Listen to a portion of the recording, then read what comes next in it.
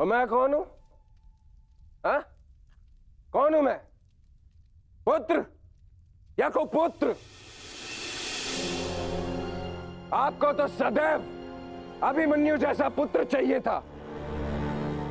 कभी उसे मामा बनकर सिखाया, तो कभी मित्र और सखा बनकर पांडवों को संभाला।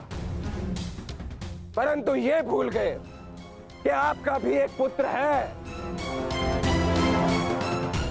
स्मरण है आपको? स्मरण है? नहीं, आपको स्मरण है। आपको स्मरण है कि आज आपके पुत्र का जन्मदिन है, परंतु ये भूल गए कि आज के दिन अपने पुत्र से प्रेम से मिलने आना चाहिए, ना कि इस प्रकार कटु मुख बनाकर।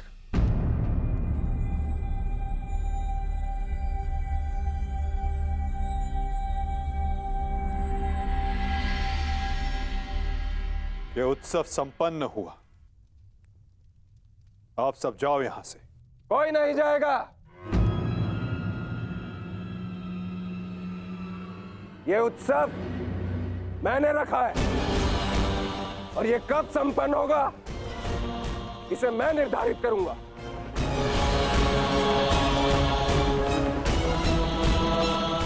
तुम इस समय मदिरा के मध में हो साम।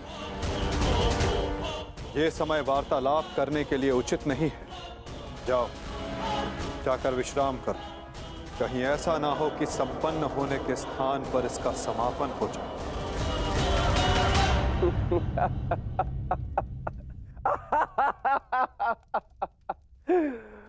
मद में तो अंधे आप भी है वासुदेव। महाभारत की विजय का मद अभी आपके सर से उतरा नहीं है वासुदेव।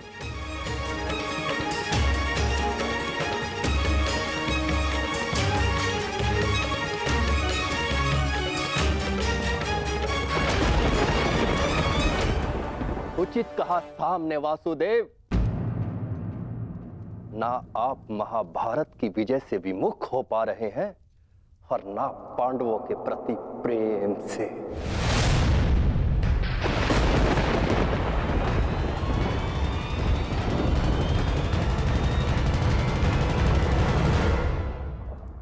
पांडवों से इतना प्रेम था आपको कि अपने ही यादव कुल का ध्वंस कर बैठे।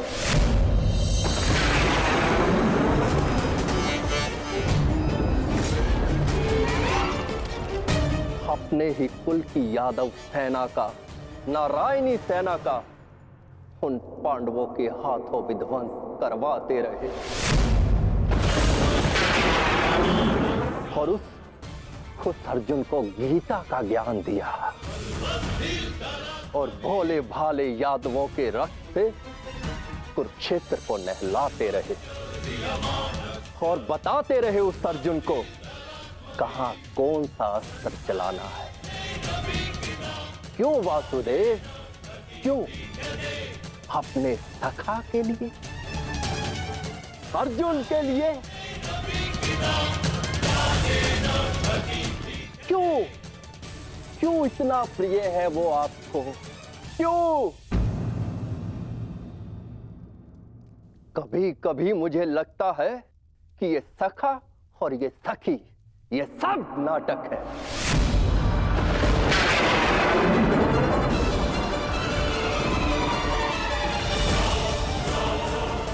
प्रतीत होता है जैसे पंचाली के छठे पति आप स्वयं हैं।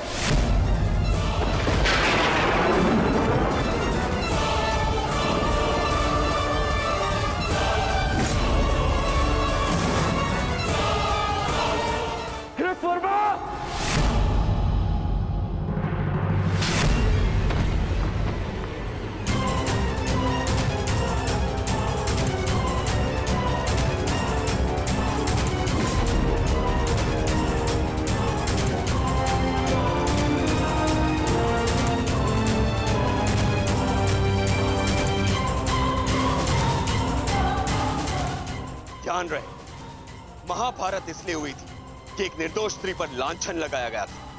यदि कान्हा के चरित्र के विषय में किसी ने भी अपशब्द कहा तो इसी क्षण और एक महाभारत का आह्वान कर बैठूंगा मैं।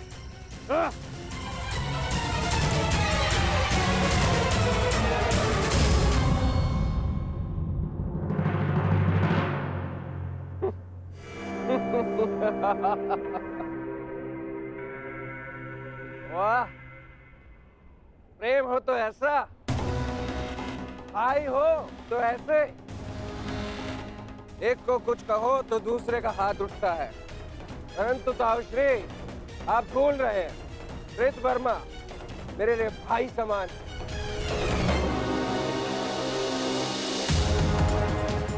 एक तो आप मेरे जन्मदिन पर बिना आमंत्रण के यहां पहुंचे, और दूसरा मेरे मित्र पर आपने हाथ उठाया। इस दुस्साहस का दंड आपको अवश्य मिलेगा। सावधान साम।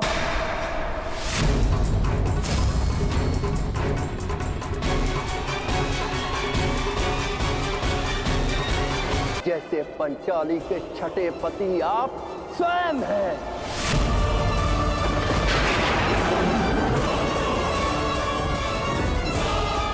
कृतवर्मा,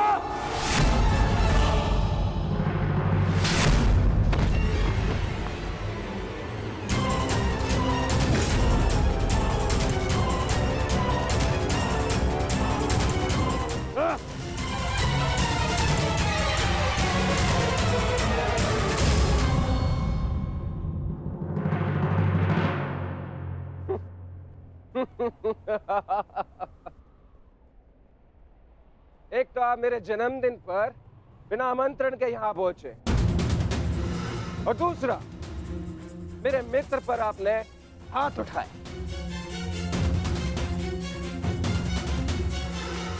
इस दुस्साहस का दंड आपको अवश्य मिलेगा। सावधान साम।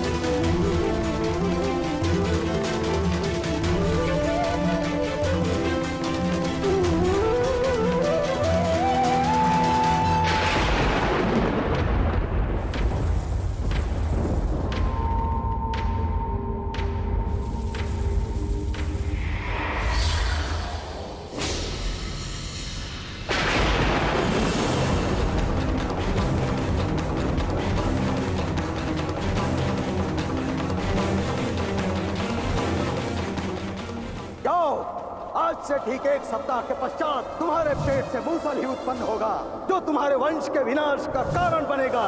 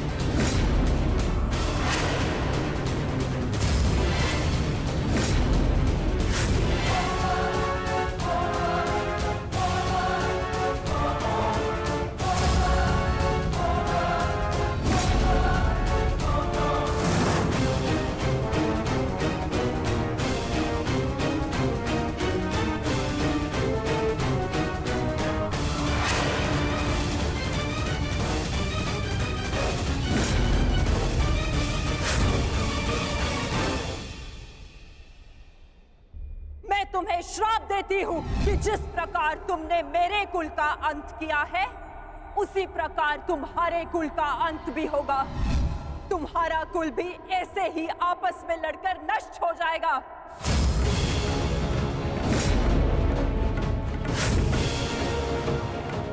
मैंने कहा था गांधार नंदिनी से कि श्राप नहीं, पाप मनुष्यों के नाश का कारण बनता है। आज यादवों के पाप उनके नाश का कारण बनेंगे।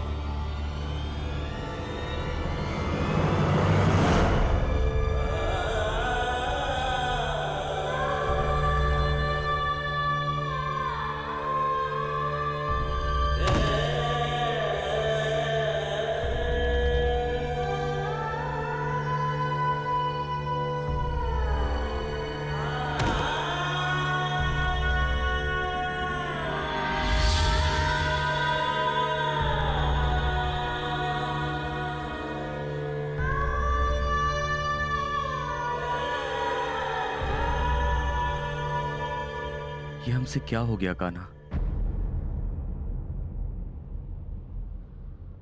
हमने अपने ही कुल का नाश कर दिया। नहीं दाऊ, मनुष्य का विनाश उसके पाप कर्मों से होता है। यही नियति है और यादवों ने अपनी नियति स्वयं चुनी। जब जब मनुष्य अपने भीतर मद, दाम और क्रोध को जगाएगा, तब तब वो ऐसे ही भूमि पर सो जाएगा।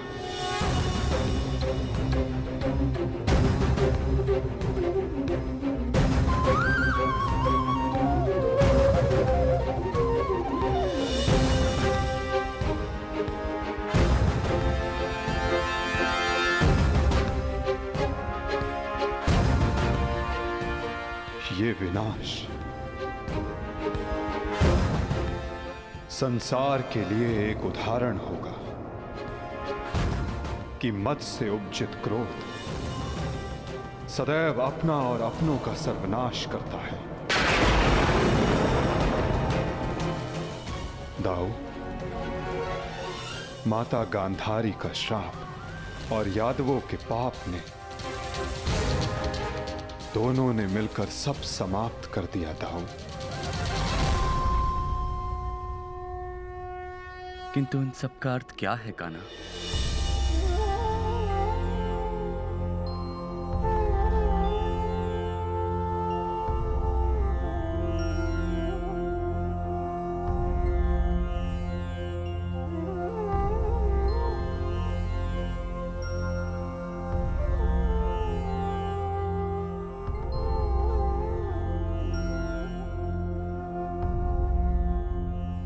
इसका अर्थ यह है दाऊ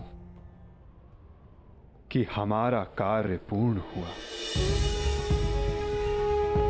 कि हमारे जाने का समय हो गया है।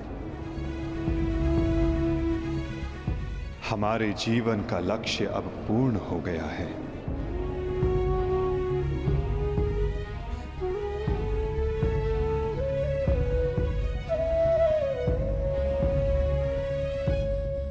जब अंत आ रहा है तो प्रारंभ से हो। प्रारंभ से ही मैं श्री हरि का सेवक रहा हूं, तो अंत भी उनके चरणों में ही हो।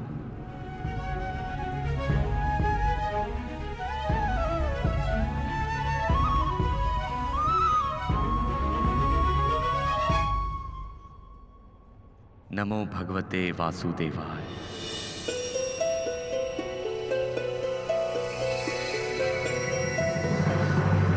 जब अंत आ रहा है तो प्रारंभ से हो।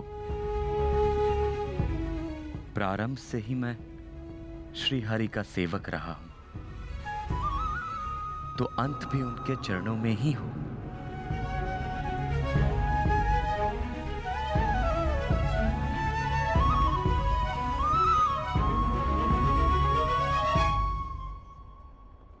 नमो भगवते वासुदेवाय।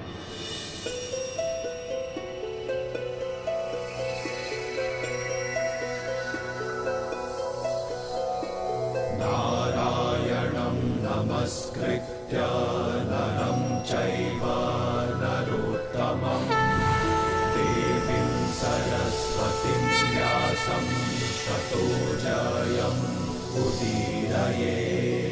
नारायणं नमस्कृत्य नरं चैव नरोत्तमं देवीं सरस्वतीं व्यासं ततो जयम् उदीरये।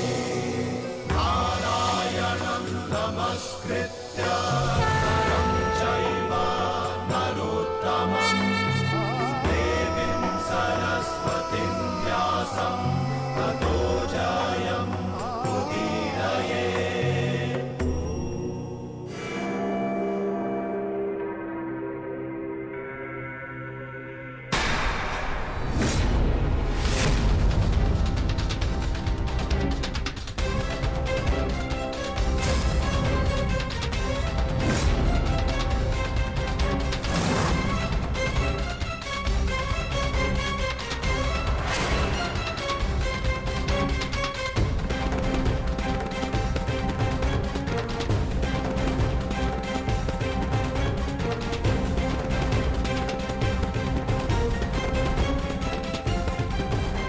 हे ईश्वर, ये कैसा नरसंहार है? कहीं माधव इसी अंत की बात तो नहीं कर रहे थे? परंतु माधव है कहां? माधव कहां हैं आप?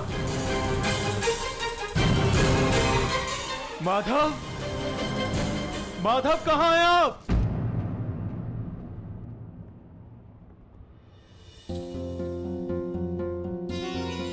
ये तो माधव के चरण चिन्ह है।